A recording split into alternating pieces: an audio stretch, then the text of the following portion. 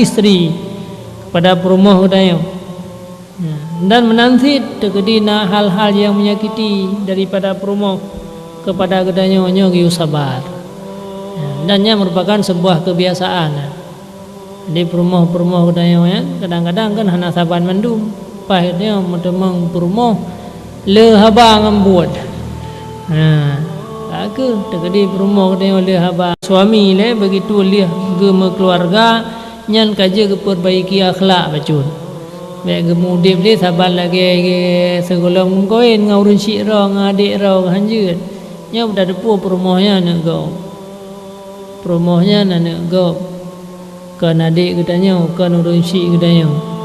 Nah, maka untuk kasih sayang kepada perumohnya geyu pegat perangoi katanya.